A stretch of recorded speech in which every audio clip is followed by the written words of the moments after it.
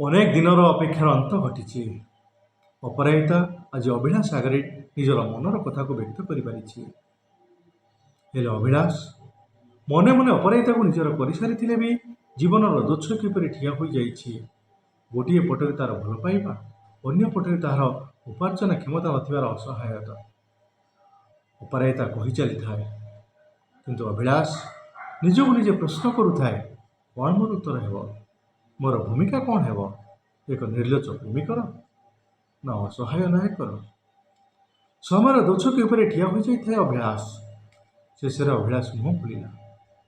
ତୁମେ ବହୁତ ସୁନ୍ଦର, ଉଚ୍ଚଶିକ୍ଷିତା ମଧ୍ୟ। ତୁମକୁ ପାଇଲେ ଯିଏ ବି ଜଣେ ନିଶ୍ଚିତ ମନରେ ଖୁସି ଆଣିବ। କିନ୍ତୁ ଆର୍ଥିକ ଦୃଷ୍ଟିକୋଣରୁ ମୁଁ ସ୍ୱଚ୍ଛଳ ନୁହେଁ।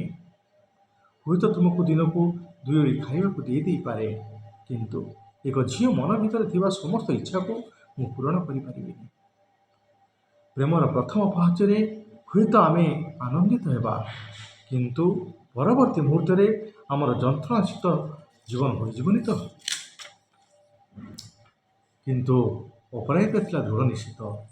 ଅଭିଳାଷର ହାତକୁ ଧରି ନିଏ ସେ ନିଜ ହାତରେ। ମୁଁ କେବଳ ତୁମକୁ ଚାହେଁ ଅଭିଳାଷ, ତୁମକୁ ଚାହେଁ।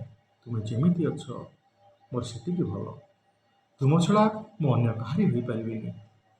ଅଭିଳାଷ ପ୍ରଶ୍ନ କରେ, ଆମ ଭଲ ପାଇବା ମଝିରେ ତୁମ ପରିବାର ବା ମୋ ପରିବାର ଆସିଲେ ମୁଁ ତୁମକୁ ପାଇବି କେଉଁଠି? ଅପରାଜିତାର ଉତ୍ତର ଥାଏ, ବଞ୍ଚିବି ତୁମରି ସାଥିରେ, ମରିବି ବି ତୁମରି ସାଥିରେ। ଯେକୌଣସି ମୁହୂର୍ତ୍ତ ଏବଂ ପରିସ୍ଥିତିରେ ଏ ଅପରାଜିତା ଅଭିଳାଷ ପାଖରେ ଥିବ।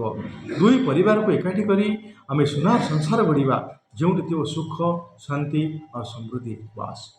ଅପରାଜିତାର ଏକହି ପଦ କଥାରେ ଅଭିଳାଷ ମନରେ ଉଙ୍କି ମାରୁଥିବା ସମସ୍ତ ପ୍ରଶ୍ନ ଶେଷ ହୋଇଯାଏ। ଆଉ ଅପରାଜିତାର ହାତକୁ ହାତରେ ଧରି ନିଜର ଜୀବନ ସଙ୍ଗିନୀ କରି ସାରା ଜୀବନ ତାହାର ହୋଇ ରହିବାର ସଂକଳ୍ପ ନେଇ ଆଗେଇ ଚାଲେ ଅଭିଳାଷ। ଆଉ ତାପରେ